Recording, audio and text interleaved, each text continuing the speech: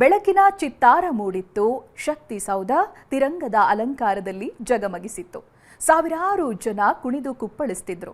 ಎಲ್ಲೆಲ್ಲೂ ದೇಶಭಕ್ತಿಯ ಝೇಂಕಾರ ಮೊಳಗಿತ್ತು. ವಿಧಾನಸೌಧದ ಎದುರು ನಡೆಯುತ್ತಿರುವ ಫ್ರೀಡಂ ಹಬ್ಬ ಸ್ವಾತಂತ್ರ್ಯೋತ್ಸವಕ್ಕೆ ಮತ್ತಷ್ಟು ಮೆರುಗು ತಂದಿದೆ. ಸಂಗೀತ ರಸ ಸಂಜೆಗೆ ಎಲ್ಲರೂ ಫಿದಾ ಆಗಿದ್ದಾರೆ.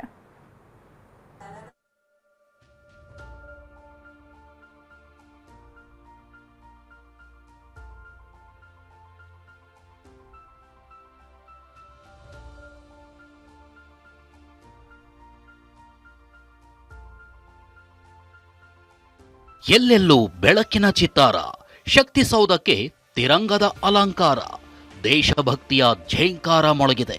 ವಿಧಾನಸೌಧದೆದುರು ಸ್ವಾತಂತ್ರ್ಯೋತ್ಸವದ ಸಂಭ್ರಮದಲ್ಲಿ ಎಲ್ಲರೂ ಮೆಂದೆದ್ದಿದ್ದಾರೆ.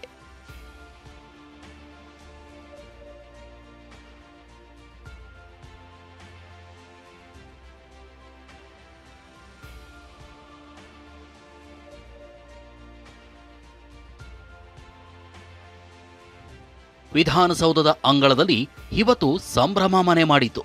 ಫ್ರೀಡಂ ಹಬ್ಬ ಹೆಸರಲ್ಲಿ ಆಯೋಜಿಸಿದ್ದ ಕಾರ್ಯಕ್ರಮ ಸ್ವಾತಂತ್ರ್ಯ ದಿನಾಚರಣೆಯ ಮೆರುಗು ಹೆಚ್ಚಿಸಿತ್ತು. ಜಿಬಿಎ ವತಿಯಿಂದ ವಿಧಾನಸೌಧದ ಮೆಟ್ಟಿಲುಗಳ ಮೇಲೆ ವೈಭವದ ಕಾರ್ಯಕ್ರಮ ಆಯೋಜಿಸಲಾಗಿತ್ತು. ಜಿಬಿಎ ವತಿಯಿಂದ ಆಯೋಜಿಸಿದ್ದ ಕಾರ್ಯಕ್ರಮ ಕಣ್ತುಂಬಿಕೊಳ್ಳಲು ಸಾವಿರಾರು ಜನರು ದೌಡಾಯಿಸಿದರು.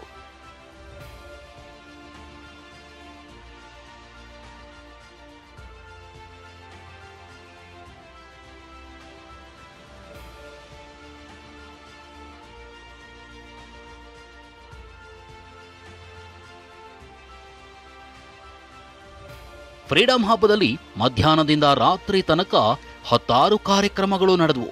ಸಂವಿಧಾನ ಕಟ್ಟೆ, ಕರ್ನಾಟಕ ಸ್ವಾತಂತ್ರ್ಯ ನಡಿಗೆ, ಭಾರತ ಸ್ವಾತಂತ್ರ್ಯ ಪಥ, ಮಕ್ಕಳ ಮೇಳ, ಸೌಲ್ ಸಂತೆ ಸ್ಟಾಲ್ಗಳು ನೋಡುಗರ ಗಮನ ಸೆಳೆದವು.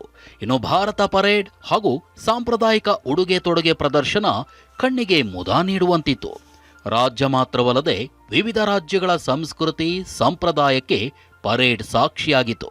ಪರೇಡ್ಗೆ ಚಾಲನೆ ನೀಡಿದ ಸಿಎಂ ಡಿಕೆ ಶಿವಕುಮಾರ್ ಕೆಲ ಹೊತ್ತು ವಿಧಾನಸೌಧದ ಮುಂಭಾಗ ನಡೆದು ಜನರತ್ತ ಕೈ ಬೀಸಿದ್ರು. ಇದು ನಿಮ್ಮ ಬೆಂಗಳೂರು. ಇವತ್ತು ಇಡೀ ದೇಶ ನಿಮ್ಮನ್ನ ನೋಡ್ತಾ ಇದೆ.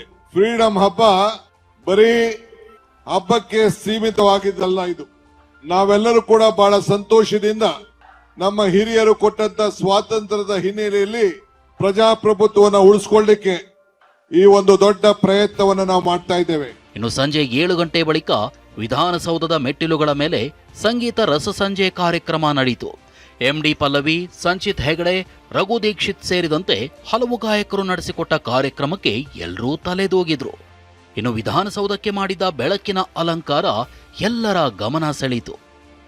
ರಾತ್ರಿ ಸಂಗೀತ ರಸಸಂಜೆ ಕಾರ್ಯಕ್ರಮದಲ್ಲಿ ಸಿಎಂ ಡಿಕೆ ಶಿವಕುಮಾರ್ ಕೂಡ ಪಾಲ್ಗೊಂಡಿದ್ರು. ಈ ವೇಳೆ ಅಲ್ಲಿ ನೆರೆದಿದ್ದ ಕೆಲವರ ಗುಂಪೊಂದು ಮೋದಿ ಮೋದಿ ಅಂತ ಕೂಗಿತ್ತು.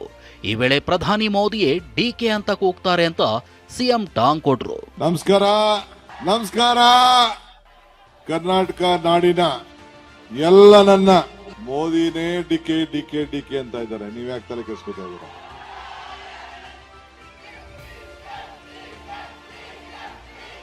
ನೋಡಿ, ಡಿಕೆ ಡಿಕೆ ಡಿಕೆ ಶುರು ಆಯ್ತು. ಇನ್ನು ಸಾಂಪ್ರದಾಯಿಕ ಉಡುಗೆಯಾದ ಪಂಚೆ ಶರ್ಟ್ ಧರಿಸಿ ಸಚಿವ ಕೃಷ್ಣ ಬೈರೇಗೌಡ ಕಾರ್ಯಕ್ರಮದಲ್ಲಿ ಮಿಂಚಿದ್ರು. ಬದುಕಿದ್ರೆ ಬೆಂಗಳೂರಿನಲ್ಲೇ ಬದುಕಬೇಕು ಅಂತ ನಗರವನ್ನ ಕೊಂಡಾಡಿದ್ರು. ಹಾಗೆ ಡಿಸೆಂಬರ್ನಲ್ಲಿ 10 ದಿನಗಳ ಕಾಲ ಬೆಂಗಳೂರು ಜಾತ್ರೆ ಮಾಡ್ತೀವಿ ಅಂತಂದ್ರು.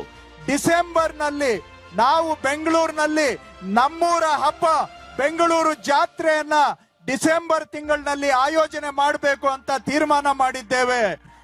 ಅದರಲ್ಲಿ ರಾಜ್ಯದ ದೇಶದ ಎಲ್ಲ ಕಲೆ ಸಂಸ್ಕೃತಿಗಳ ಆವರಣವನ್ನ ನಿಮಗೋಸ್ಕರ 10 ದಿನಗಳ ಕಾಲ ನೀವ್ ಯಾರಾದ್ರೂ ಹಳ್ಳಿಯಿಂದ ಬಂದ್ರೆ ನಿಮ್ಮೂರಲ್ಲಿ ಹೇಗೆ ಊರಪ್ಪ ಆಗುತ್ತೆ, ಬೆಂಗಳೂರಿನಲ್ಲೂ ಕೂಡ ನಾವು ಅದೇ ರೀತಿ ಊರ ಹಬ್ಬ ಬೆಂಗಳೂರು ಜಾತ್ರೆಯನ್ನ ಡಿಕೆ ಶಿವಕುಮಾರ್ ಅವರ ಸೂಚನೆ ಮೇರೆಗೆ ಡಿಸೆಂಬರ್ನಲ್ಲಿ ನಾವು ಮಾಡೋರಿದ್ದೇವೆ. ಒಟ್ಟಾರೆ ಫ್ರೀಡಂ ಹಬ್ಬ ಬೆಂಗಳೂರು ವಿವಿಧತೆಯಲ್ಲಿ ಏಕತೆ ಹೊಂದಿರುವ ನಗರ ಅನ್ನೋದಕ್ಕೆ ಸಾಕ್ಷಿಯಾಗಿತ್ತು.